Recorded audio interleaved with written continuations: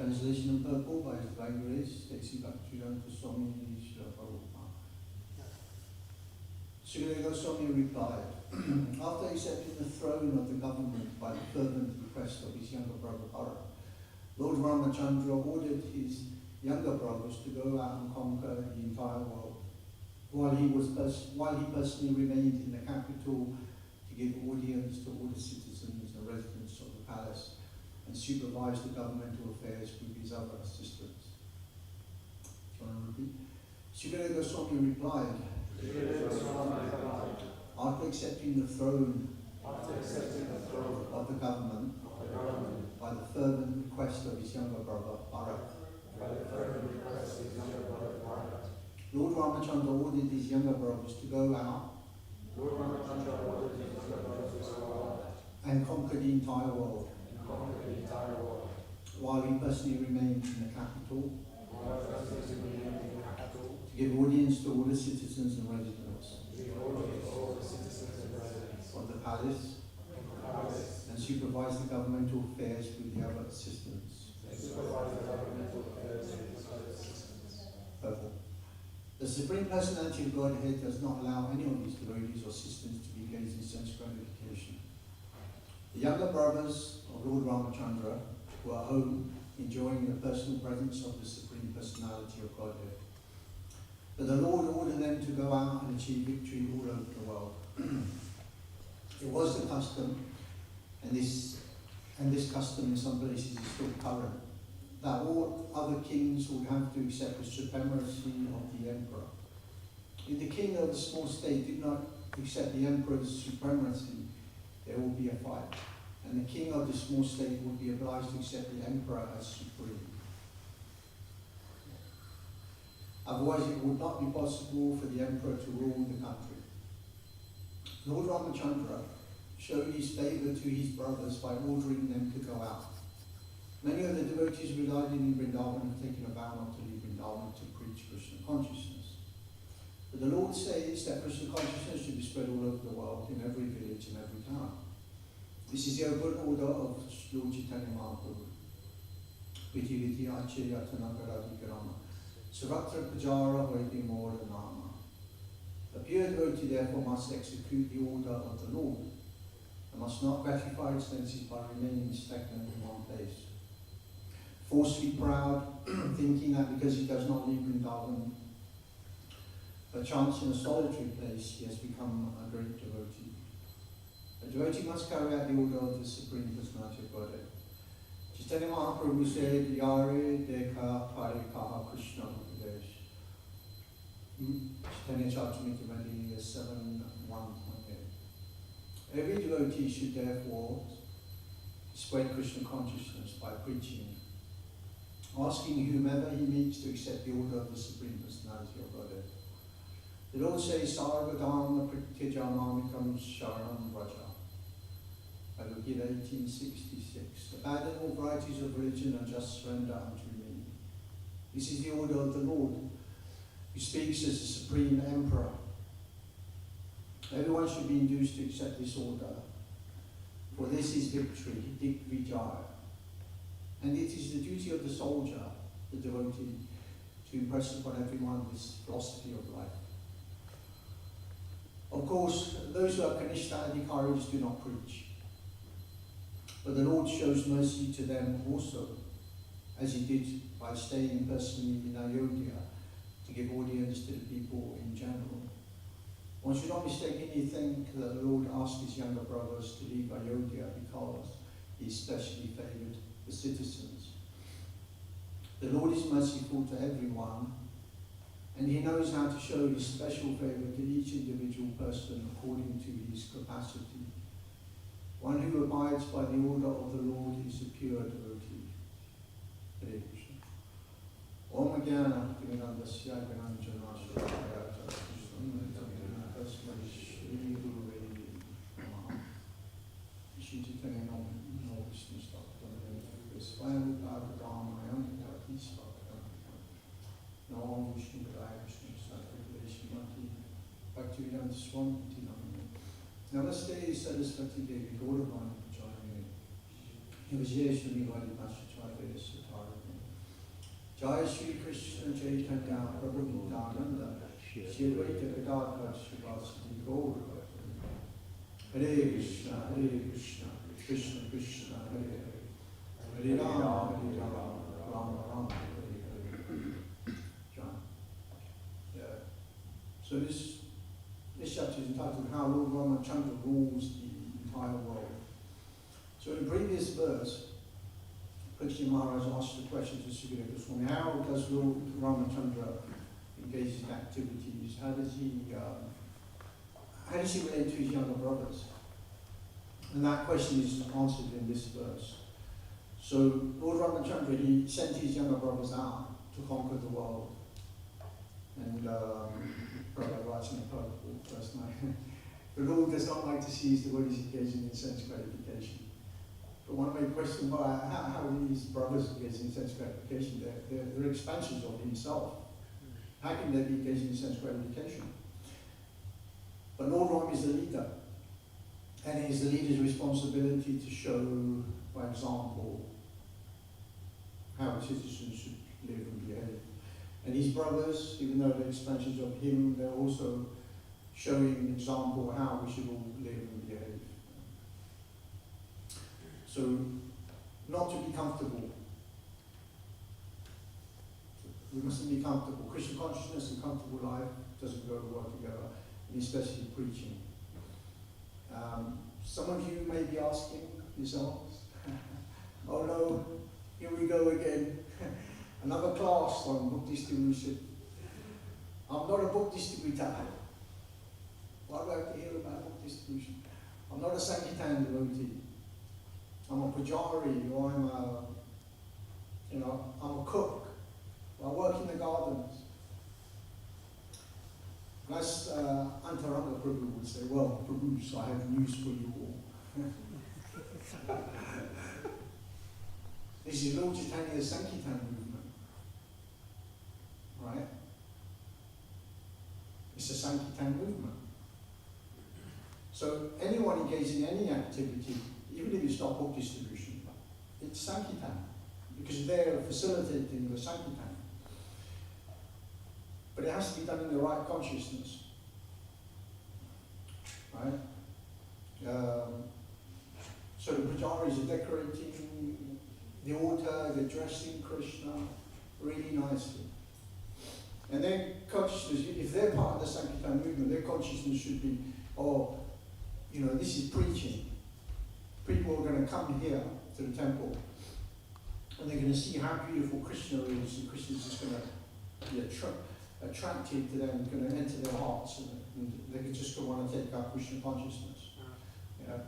And the cooks should be thinking, I'm making this lovely prasadam to feed the devotees who are going out in Sankirtan, because an army runs on its stomach. So the cooks should be thinking like this, and the managers should be thinking, what can we do to facilitate the Sankirtan, the preaching? So everything in this movement is connected to Sankirtan, because it's the Sankirtan movement. But of course, there are direct activities connected to preaching, and there are indirect activities which are not directly connected to preaching.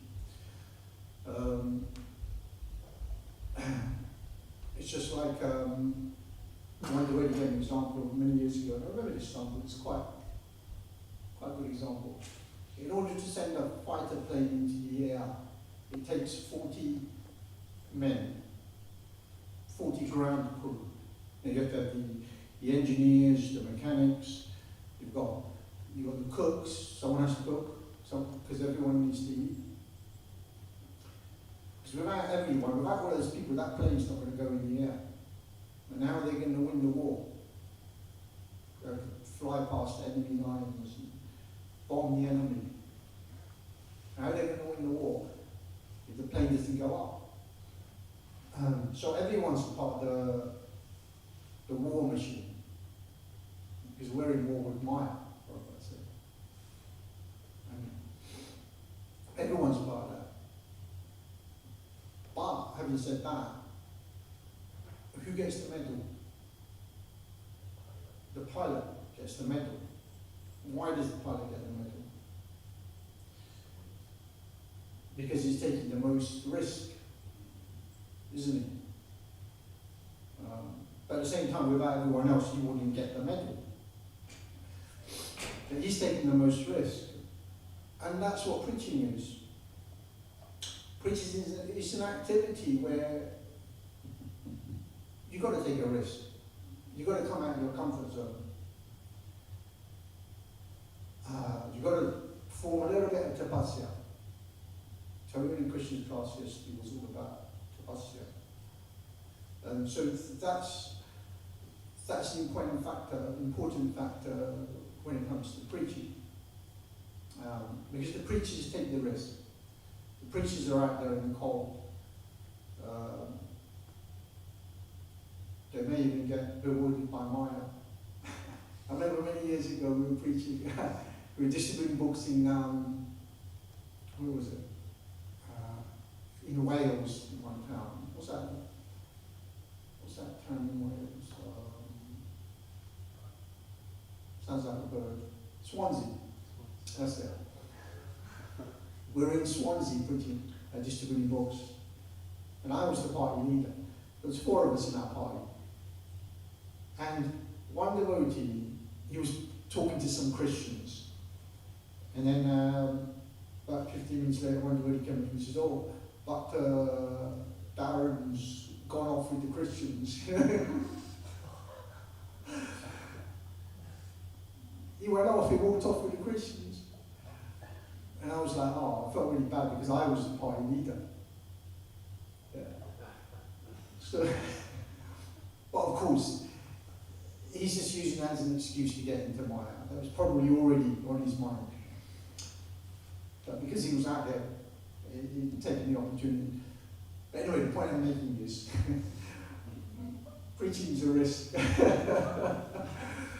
And it's especially a risk if your sadhana is not good. So we have to make sure we've got good sadhana.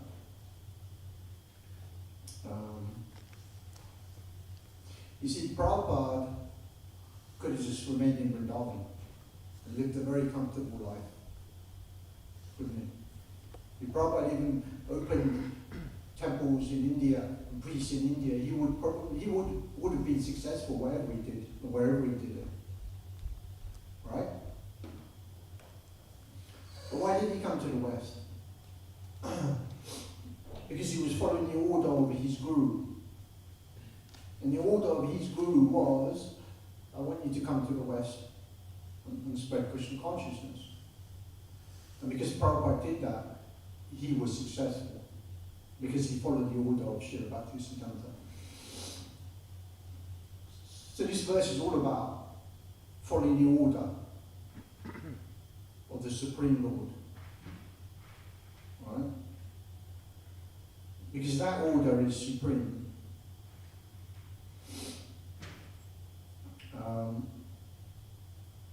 And anyone who's in any position of leadership should also understand this, that it's my duty to make sure everyone who's under me does what Krishna wants them to do. So this is the Sankirtan movement. So everything is Sankirtan. The primary activity in this movement is chanting the holy name of the Lord. There's a place in Vrindavan called Nidhi-Ban. So everybody heard of Nidhi-Ban? In Vrindavan. It's a place where Radha and Krishna go to have the Rasa Leela at night time, and then they sleep. It's a mystical place because everything at night time, all the living entities leave just before it gets dark. All the monkeys leave, the birds leave, all the human beings leave. And it's said if anyone stays there, they become mad. This is what the locals tell you. So everything leaves. And the trees in Nidhi-Ban, they're all kind of twisted, in kind of a bit funny shape, unusual shape. And it said that those trees are all gopis because they wanted to eternally reside in that place, in Boma, Vrindavan, and see Krishna's eternal pastimes. So one day Radharani and Krishna, they sleep there after the Rasa dance. And then Radharani woke up one night she woke Krishna up. She said, "I've just had a dream. And in this dream there was a golden Brahmana. He was dancing along the river and they were playing musical instruments and chanting beautiful songs. And he was followed by all these people. And she said, it must have been you, Krishna, because he was chanting my name, Radha, Radha, Radha. But then she said, I got a bit confused because then he started chanting Krishna, Krishna, Krishna. So then it must have been me. So then Krishna said, yeah, no, that's... Then Radharani saw that pastime in Krishna's Kaustubha gem. She saw Lord Chaitanya with all his followers chanting and dancing, and Krishna. And then she realized, yes, that's Radha and Krishna combined. So the point is, this is the primary activity. Krishna says, Sarvadharma Prityaja Mamikam Saram Vraja. Prabhupada mentions it in purple. Abandon all varieties of religion and simply surrender unto me. But we can see that within the last 5,000 years, hardly anyone's surrendered to Krishna, purely. So therefore Krishna comes again as Lord Chaitanya, and as Lord Chaitanya, he's teaching the people by personal example how to surrender to Krishna. So we can see in Lord Chaitanya's life, we read the CC, Lord Chaitanya's, how much he's attached to the Sankirtan Yajna, performing Sankirtan, right? It wasn't that Radharani woke Krishna up and said, I saw a golden Brahmana and he was sitting in a class doing a course on this or that. Or he was facilitating the seminar on men's and women's nature, or something like that. But of course these might be important. But the point is, she said she saw this golden Brahmana chanting and dancing along the river. Because that's the main activity of the Sankirtan movement. Although everything else facilitates that, or is meant to facilitate that, if we're in the right consciousness.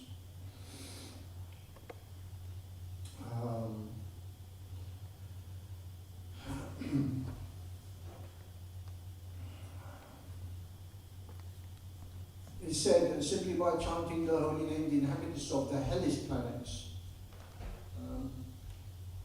they became free from hell, and they transcended slowly to the heavenly planets. That's how powerful chanting is.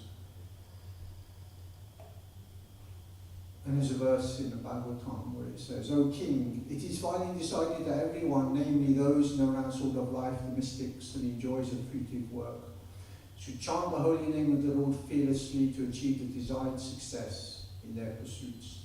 That's Srimad Bhagavatam 2.1.11. So, anything we want in life, the holy name will give us. Even if a place is more glorious than heaven, if there is no glorification of the Lord or Vaikuntha or his pure devotee, it should be at once quitted. There's another verse. So the final conclusion, it says here, therefore, is that the glories of the Lord must be always and everywhere proclaimed. One should hear about his glories, one should chant about his glories, and one should always remember his glories, because that is the highest affectional stage of life. So this is our duty, to just constantly be glorifying Krishna in whatever activity we do in this movement. And if we do it in that mood, then that's preaching.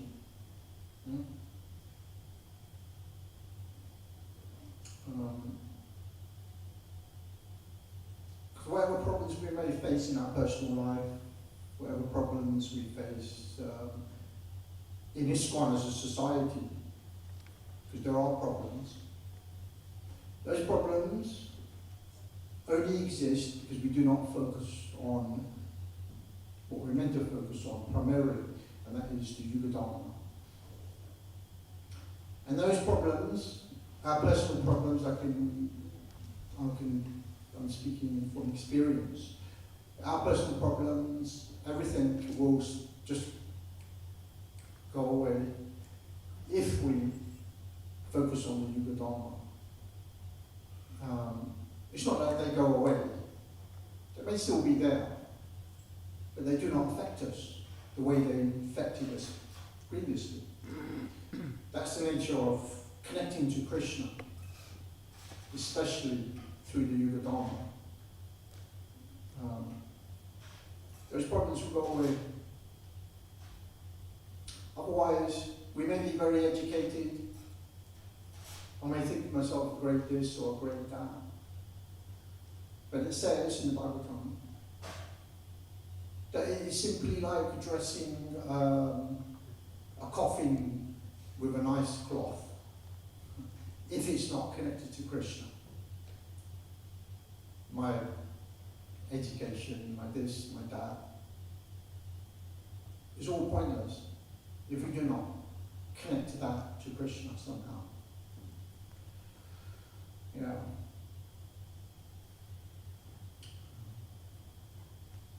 So where does book distribution come into all this? I'm going to mention book distribution. Book distribution is the most complete way of glorifying Krishna. Srila Bhaktivedanta, according to Brihat Madanga, the greater kirtan. The ultimate purpose of book distribution is actually to get people to chant. That's the main purpose of book distribution, to get people to chant. And it is also chanting, it's also kirtan in written form. This is why it's called the Brihat Madanga, the great kirtan. Because when the regular kirtan has gone home, the Brihat Madanga kirtan is still beating. It carries on beating 24/7. Someone somewhere is reading Prabhupada's books.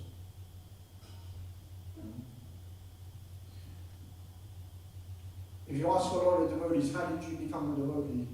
I can guarantee you 90% of the time they say it was through receiving one of Prabhupada's books. Right? I met someone just recently. She was here the other last week. It was that woman the lady who brought the dog in for the morning program to get Krishna's blessing. She came here. In the morning she came.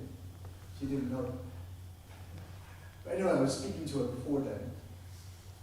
And then she said, some person she knows got a book many years ago.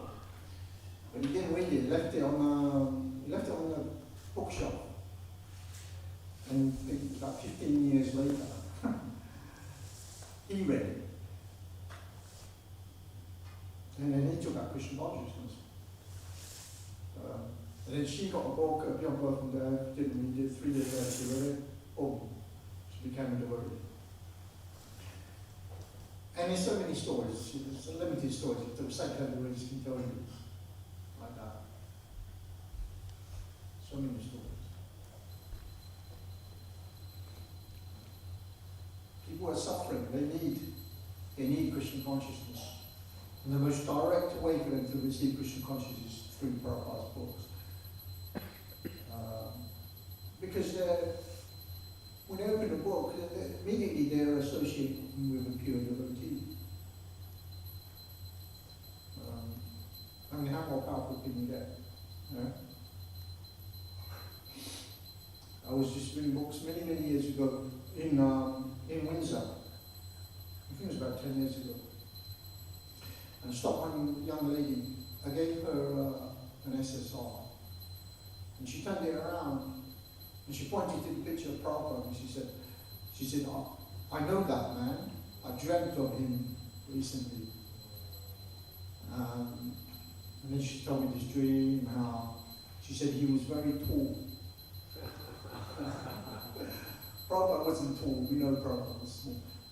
But I could see by her saying Prabhupada was very tall, she was, Prabhupada was giving her a glimpse of his potency. And then she said, he touched me on the chin like this. You know, Prabhupada was very passionate, like a grandfather touching a grandchild on the chin. And then she said, soon after that dream, she started to chant the Maha Mantra. But she said, there's a problem. Because whenever I chant, I can't stop laughing. So in my mind I was thinking, well, I should come to the temple, you know, during japa. You see some crazy things there. You know, I just said to her, the reason why you're feeling like that is because for so long you've been away from this mantra, from Krishna. And finally Krishna has come to you. It's like a child being lost. When a child gets lost from its mother. And then finally it finds the mother. The child cries and laughs at the same time. So you're feeling this because it's been so long and it's such a nice experience to have, to again be in contact with Krishna through this mantra. And then she told me she was going through all these difficulty, health problems. She had this illness where they had to remove your stomach. It's pretty heavy. So I could see that she was getting Prabhupada's mercy.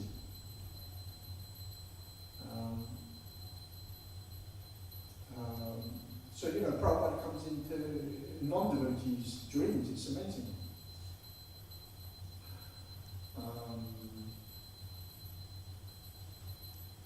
Could you answer that? Sorry. I'll just tell you, you go 9:50. Sorry. So I've got my car's having problems and the mechanics coming at like 9 o'clock in the morning. I need to get it done before the marathon. So it's all part of the same time. Yeah. Sorry about that. So it's all okay.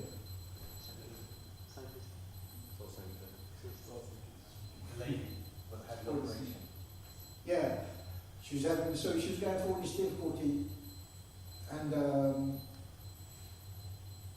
she told me all this stuff she was going through. It was quite horrific. She's only a young girl, 20s. And for someone so young in their 20s, they have to go through so much difficulty. It must be horrific. But somehow she was getting Srila Prabhupada's mercy. It's amazing. Just no one, you could say. She's not a devotee or anything. That's how powerful Buddhist distribution is. It reaches people, it reaches places where people you wouldn't think will benefit from. Because not everyone is going to come to the temple. It's not people queuing up coming to the temple. So we have to go out to them. Just like Lord Ramachandra sent his brothers out. You don't need to be here. We have Chitra Ramachandra, deities here, beautiful deities. So they're saying, go out and preach Krishna consciousness. Because if we don't go out, then who else is going to do it? Someone will do it, because it's predicted, but we won't get the benefit. So the fighter pilot gets the medal. Yeah. So we want the medal. Of course, everyone in this movement is part of the Sankirtan movement, and everyone is going back to Godhead. But the preachers, they have the front seat on the bus or on the plane.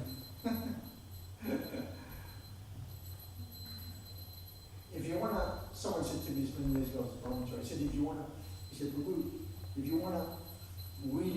go back to God like in a rocket, then go out and book distribution. Because that is the order of our gurus. And that's Srila Prabhupada's order. Prabhupada's ordering everybody. Go out. Please help me distribute my books. And if you can't go out, then help the Sankirtan, help the book distributors, facilitate. Sponsor some books. I'm looking for some sponsors. Sponsor some books.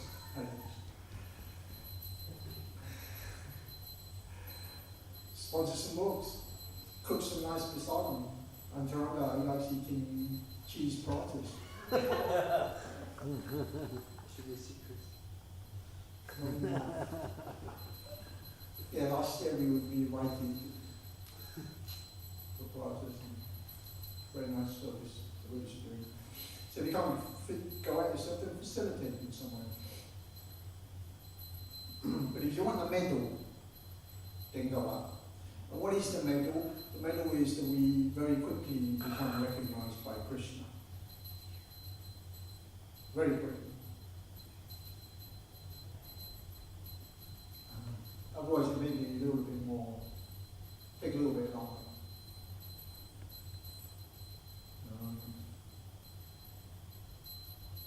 I was just after the lockdown, I was just doing books in Bath. And there was one guy, an older guy. This was towards the end of the day. He came over to me and he said, it was in his 70s. He said, 14 years ago you tried to sell me a book. But you know, certain times when you remember something, because Krishna wanted me to remember this. And I could actually remember that exchange even though it was 14 years ago. Because this guy was a bit of a character. He's not one of those people you can forget what he is to. I remember stopping him 14 years previously. I remember stopping him, and his mentality and attitude was that, my life's good. I don't really need this book. I'm married, got a business, I'm doing well.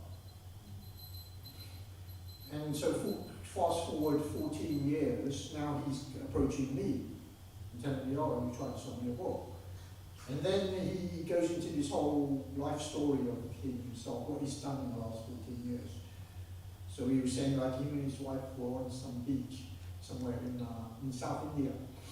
And he said that day every single person on that beach died except me and my wife.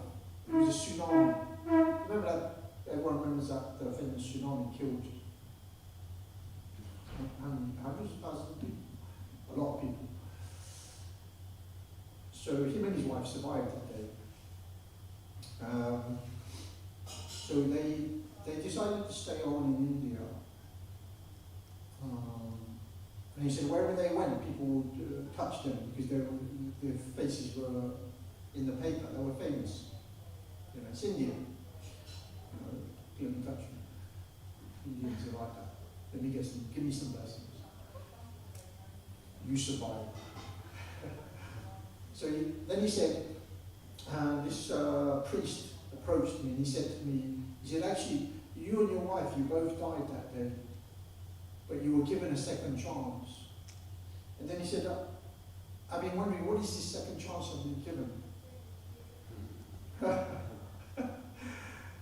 I knew what it was. I had it in my hand, it was the Bhagavad Gita. And then he said, oh, a couple of years ago my wife passed away. And he also lost contact with his daughter somehow. So there was no communication or something. And he felt suicidal. So he said one night he went to the railway track to commit suicide. He said, I lay across the railway track with my neck on the railway line. And he said, I waited 1 hour, no train came. I waited 1.5 hours, no train. I waited 2 hours, no train. So luckily for him, there was no trains that day. And he said, after 2 hours, I got up. He said, I was covered in my own stool and urine. Because you can imagine what's going through your mind. You're just about to do something like that. Then he said, I got up and I was saying to God, why don't you kill me? Why don't you kill me? This is what was going on in his mind. Anyway, so I didn't even want to ask him for a donation after hearing that story. So I thought I'd just give him a Bhaktivedanta as a gift. There's a saying in English, right? Don't look a gift horse in the mouth. Someone offers you a gift, don't question. Because the New Age mentality was like, I can remember 14 years ago, okay, he's waiting till I was going through so much. So I said, here, this is for you, the Bhagavad Gita. This book will tell you why you're still alive, and what you need to do to progress in your life. Anyway, he took it, he was happy to receive it, and he went off. So, book distribution is such an important activity, because we're helping people. People are suffering out there. Suffering. And therefore, anyone who goes out, you develop compassion, which is a very important quality to have as a devotee. Because Krishna, when you're out there, Krishna shows you. He shows you what people are going through. Because sometimes it's difficult when you're just living in a temple, you've got your own life outside with your family, and we're devotees, and everything's quite nice. Even though in mature world, devotees don't suffer like the non-devotees. And we can forget sometimes. Prabhupada said the temples are like Vaikuntha. He said, no, actually, he said they are Vaikuntha. He didn't say they're like these. The temples are Vaikuntha.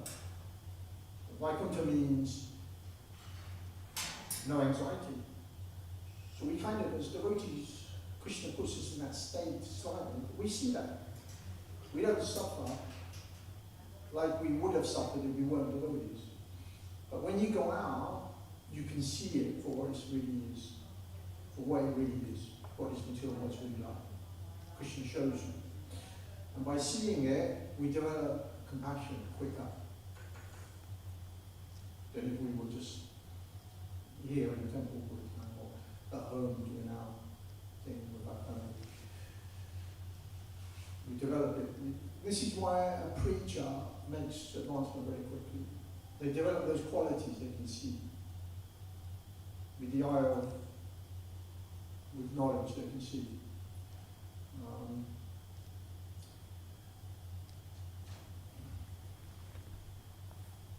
know, we're running out of time now. Because I don't see one mechanic. Cars. I wish I didn't have to drive a car. Terrible things. Constantly. Giving problems, sucking money, that's what it is.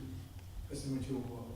But if we use everything in Christian service, then it's not going to be like decorating a coffin. It's going to be something worthwhile. So,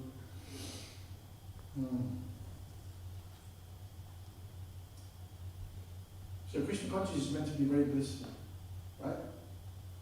We hear that all the time. But sometimes you see devotees, we may not always experience that bliss. We may be in our head with so many other problems. Oh, this devotee said that devotee said that. Can't be bothered to do the service anymore, it's too intense, and this and that. But if we go out and preach, then we're being blessed. Book distribution is the most blissful activity. Any Sankirtan devotee can tell you that. But it's an austerity. And you know what the biggest austerity in Kali Yuga is? To control the mind. And it's not that we have to put other austerities upon ourselves artificially. Just going out in Sankirtan is the supreme austerity.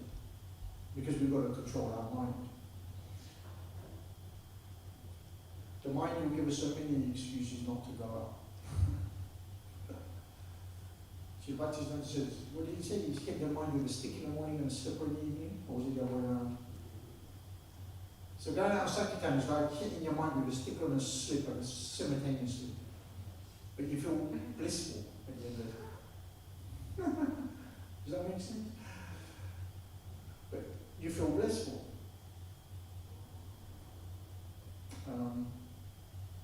So, marathons coming up, try to go out, try to distribute some books, and then you'll experience some of that bliss. Why are we not letting the devotees experience this bliss?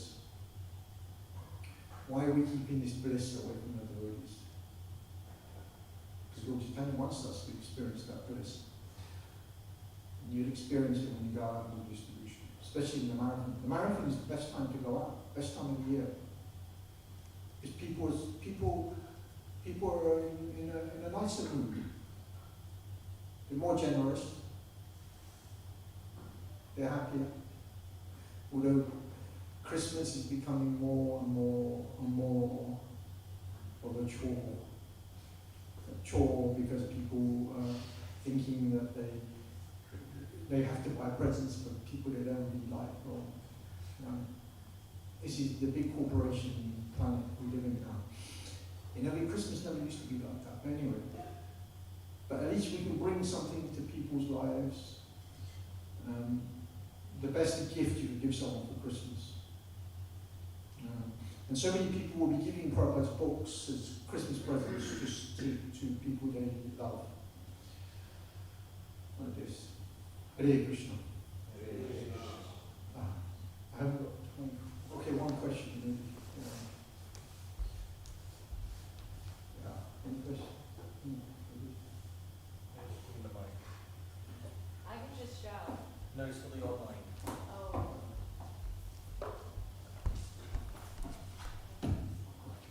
Do you have any advice? Thank you very much. Do you have any advice for people who are staying here and trying to do our best without having to, without traveling? About traveling. Yeah. I don't know the difference because I've never done this But before. then you can go out and do distribution from the temple. There's many ways going on. And to run go. I can answer my question. I'm sorry, you can answer the question. Hare Krishna. So we have a very big congregation of devotees, and they will be going on a regular basis, especially weekends. But since you stay in the ashram, I believe you just go to Temple Java, Guru Mataji, or Matarasa Mataji. And I believe they're organizing a local ladies Sankirtan. So it's definitely happening. Ladies are also. Yeah, but there are a lot of devotees leaving from the congregation then. Right. I just heard through the grapevine that it's not happening, so I was like, oh, it's happening. It's happening. 100%. Yeah, just connect up with the devotees here and speak to them. I'm sure there's someone going on.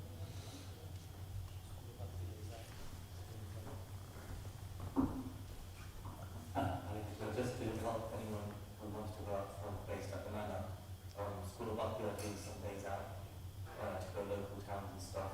So you can hop on with them, I can leave the details of that.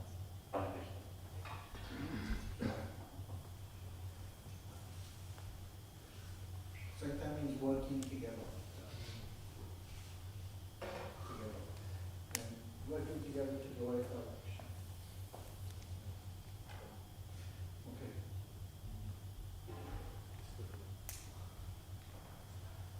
I did some brief research into that earthquake just now. 271,000 people died. One survived to get a book from you. Two of them. Oh yeah, one. And then one passed, but that's something. One survived? You said the wife passed away. Oh yeah, yeah. Yeah. Two survived and one passed. Yeah, a lot of people died. But that's something.